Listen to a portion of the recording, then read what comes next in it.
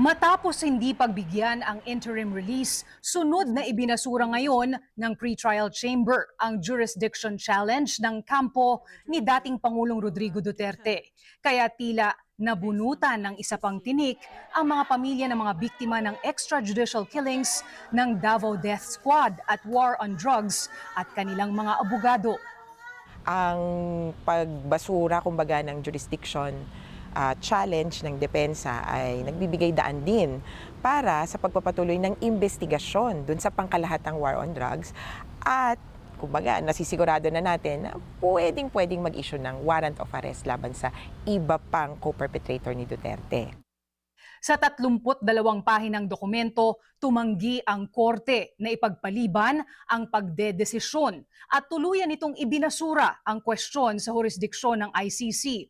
Ayon sa pretrial chamber, November 2011 naging ICC member ang Pilipinas hanggang sa kumalas ito sa ICC noong March 16, 2019.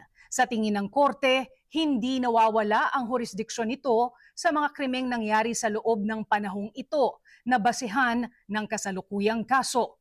Nilinaw din ng pretrial chamber na 2018 pa nagsimula ang preliminary investigation. Naniniwala ang chamber na ang pag-alis ng Pilipinas sa ICC nang i-anunsyo ang pagsisimula ng preliminary investigation noong February 8, 2018 ay pag-iwas sa responsibilidad at pananagutan. Ayon naman sa abogado ni Duterte na si Nicholas Kaufman, inasahan na nila ang desisyon at naghahanda ng maghain ng apela. Panawagan naman ni Attorney Nery Colmenares, isa sa mga abogado ng mga biktima, ngayong natuldukan na ang issue ng jurisdiksyon ng ICC na baliwala na rin ang sinasabi ng kampo ni Duterte na dinukot o kinidnap siya. Sabi niya, tigilan na ng kampo ng dating Pangulo ang mga delaying tactic para maumpisahan na ang labasan ng ebidensya at makamit ng mga biktima at pamilya nila ang hustisya. Tiwala rin sila at kanilang mga abogado na mahirap nang mabaligtad ang mga desisyon ng pretrial chamber. Hindi rin ito mapipigilan ang paggulong ng proseso. Nakatakda ng dinggin ng korte ang issue sa kalusugan at memorya ng dating Pangulo para malaman kung kaya niyang humarap sa paglilitis. 3 medical experts na ang kinuha para tumingin kay Duterte. Inutos ng korte na maisumite ang resulta ng kanilang pagsusuri sa October 31. Pagkatapos ito, kailangan magbigay ng komento ang depensa, prosekusyon at kampo ng mga biktima.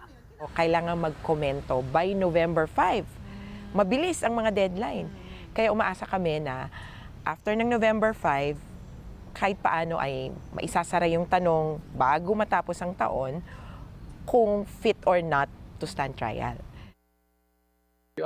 Kakambal ng desisyon sa kalusugan ng dating Pangulo ang desisyon kung kailan itutuloy ang confirmation of charges hearing. Sa pagdinig na ito, kailangan patunayan ng prosekusyon na mayroon itong sapat na ebidensya sa 3 counts of crimes against humanity laban kay Duterte bago payagan ang paglilitis. Zen Hernandez, ABS-CBN News.